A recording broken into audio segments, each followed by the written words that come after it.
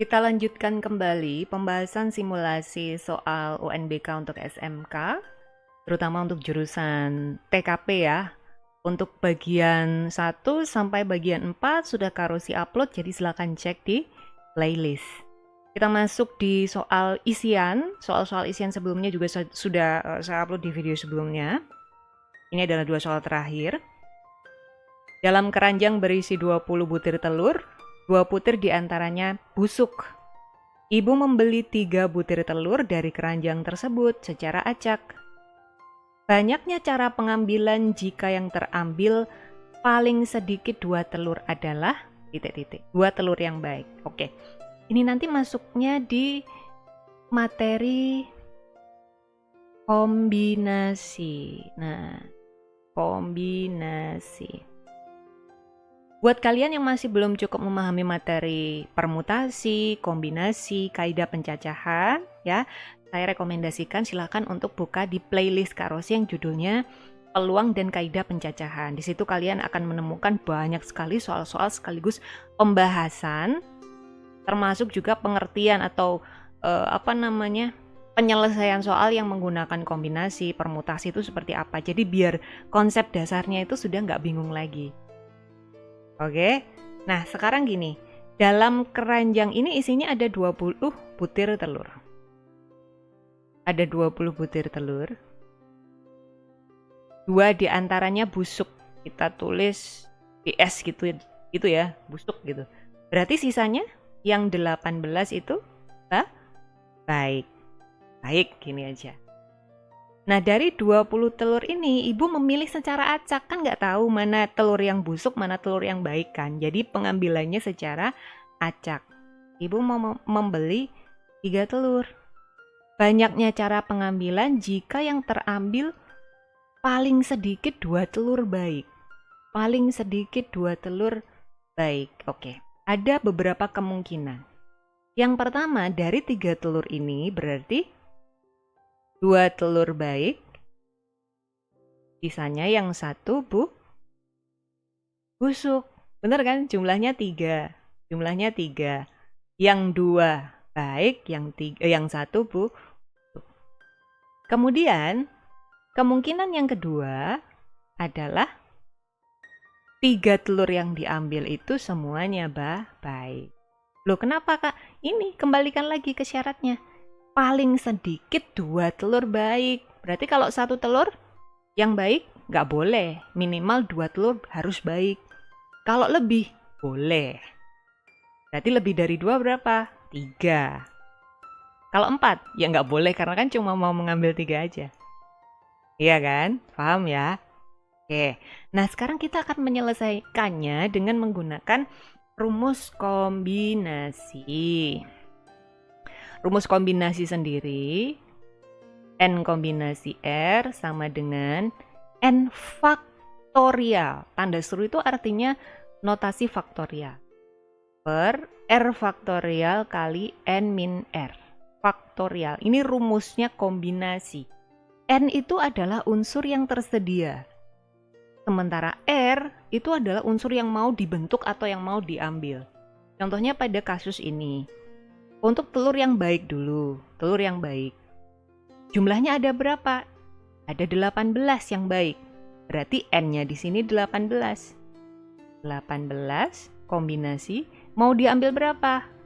Wah, kayak gini. Ini telur yang baik. Kemudian dikali, sekarang telur yang busuk. Yang busuk, N-nya yang tersedia ada 2. Mau diambil berapa? Mau diambil 1. Nah, telur yang ini banyaknya cara pengambilan telur yang baik sama busuk. Nah, sekarang tinggal hitungannya sekarang.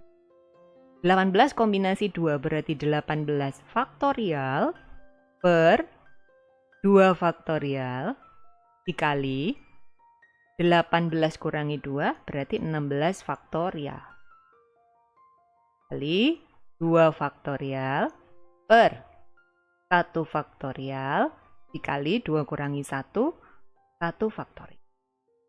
Oke, Kalau ngomongin notasi faktorial, itu banyak sekali pertanyaan-pertanyaan di video yang sudah saya upload awal-awal dulu ya, udah lumayan lama, mungkin 2 tahunan atau 3 tahun yang lalu. Masih banyak yang belum cukup memahami bagaimana cara menyelesaikan soal semacam ini. Jadi 18 faktorial per 16 faktorial itu tidak sama dengan 18 per 16. Beda. Pengertian dari 18 faktorial, misal ya, ini saya punya contoh aja. Saya coba ya. Misal saya punya gini aja angka yang gampang 8 aja. 8 faktorial. Itu artinya 1 kali 2 kali 3 kali 4 kali 5 kali 6 kali 7 kali 8. Nah, bentuk ini bisa kita sederhanakan. Sederhanakan menjadi gimana? 1 kali 2 kali 3 kali 4 kali 5 kali 6 kali 7. Ini kan bisa kita tuliskan lagi menjadi 7 faktorial, bener kan? Jadi kalau 8 faktorial itu pengertiannya 1 kali 2 kali 3 sampai kali 8. Berarti kalau 1 kali 2 kali 3 sampai 7 ya 7 faktorial. Sehingga bentuk 8 faktorial ini bisa kita tuliskan jadi 7 faktorial kali Atau bisa juga ke bentuk lain penulisannya. Misal kita jadikan sampai 6 ya. 1 kali 2 kali 3. 1 kali 2 kali 3 kali 4 kali 5 kali 6 kali 7 kali 8. Nah, perkalian 1 sampai 6 ini sama dengan 6 faktorial. Sisanya tinggal 7 kali 8. Seperti ini juga boleh. Boleh. Atau diubah menjadi perkalian 5 faktorial. Berarti 5 faktorial kali 6 kali 7 kali 8. Apa maksudnya ya? Mudah-mudahan bisa cukup dipahami. Sekarang kita coba selesaikan soal ini. Ini kita hapus dulu aja. Ini kita hapus dulu. Oke. 18 faktorial. 18 faktorial. Berarti bisa kita sederhanakan menjadi, supaya nanti bisa kita coret dengan 16 faktorial yang ada di bawahnya. Bisa kita ubah menjadi 16 faktorial kali 17 kali 8 per 2 faktorial itu kan 2 kali 1 ya, atau 1 kali 2. Terus 16 faktorialnya tetap. Nanti kan bisa dicoret. Coret. Nah, paham ya? Terus 2 faktorial sendiri kan 2 kali 1 atau 1 kali 2. 1 faktorial itu ya 1, ini 1. Udah. Ini bisa kita sederhanakan hitungannya 2, sederhanakan. Tinggal 18 kali 17. Kita hitung biasa. Ini 56, ini berarti 12, 8, 1, 10, 306. Ini adalah kemungkinan yang pertama. Tadi kita punya kemungkinan yang kedua. Untuk pengambilan 3 telur, ketiga-tiganya telurnya baik. Sama pakai kombinasi. Ketiganya telur baik. Berarti kalau menggunakan rumus kombinasi, N atau jumlah telur baik yang tersedia ada 18. Mau diambil? 3. Berarti 18 faktorial per 3 faktorial dikali 18 kurangi 3. 15 faktorial.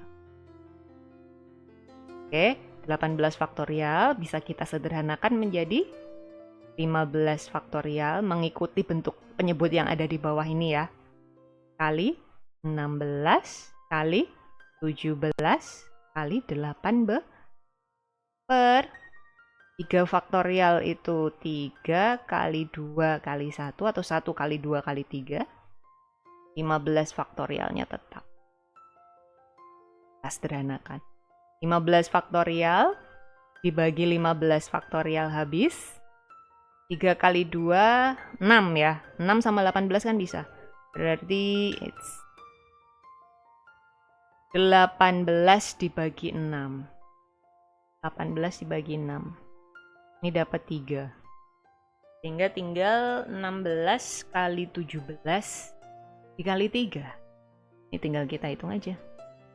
16 kali 3 itu 48, berarti 48 kali 7. 8 kali 7. Kita hitung di sini. 56, 28 sama 5, 33. Ini 8, ini 4, 6, 11, nyimpen 1, 8, 816. Oke. Ini hasilnya 800. Ini ya. Nah, sekarang kita tinggal menghitung total banyaknya cara dari seluruh kemungkinan yang sudah kita dapatkan. Yang pertama tadi adalah 306, nih kan? Ini kan? 306. Yang kedua 816. Nah, ini kita jumlahkan. 306 ditambah 816.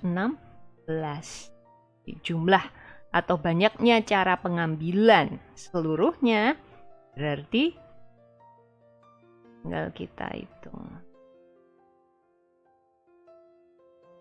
816 ditambah 306. Ini berarti berapa ini? 12, nyimpen 1, 2 ya. 1120. Oke. Kalau masih ada yang belum paham, hitung-hitungan kombinasi, permutasi, kaidah pencacahan, silakan cek di playlist Karosi. Itu ada banyak pembahasan soal-soal sejenis seperti ini, termasuk bagaimana cara menghitungnya. Soal terakhir.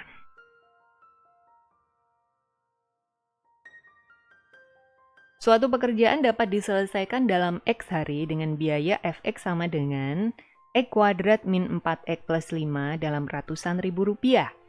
Banyaknya hari yang diperlukan agar biaya yang dikeluarkan minimum.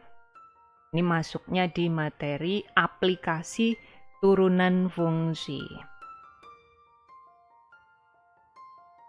Turunan fungsi, nilai stasioner ya. Nilai stasioner ada dua jenis, yaitu maksimum atau minimum. Syaratnya apa? Untuk mendapatkan biaya minimum atau maksimum, maka fungsi biaya aksen sama dengan 0. Di situ Fx-nya kan sudah diketahui. Fx adalah biayanya. Biayanya sama dengan Fx sama dengan X kuadrat min 4X plus 5. Supaya biaya minimum, syaratnya F aksen harus sama dengan turunannya. Yuk, X kuadrat turunannya 2X. Min 4X turunannya 4. Sama dengan 0. Maka 2X sama dengan 4 geser ke kanan ya. Jadi X-nya sama dengan 4 dibagi 2. X-nya 2. Sementara X itu adalah banyaknya hari kan. Maka banyaknya hari yang diperlukan agar biaya minimum adalah 2 hari. Jadi di sini yang perlu diingat adalah rumus dari turunan fungsinya. Kalau masih ada yang lupa, tulis di sini. Misal Fx-nya AX pangkat N, maka F aksennya N kali A kali X pangkatnya dikurangi 1. Ini rumus turunan secara umum.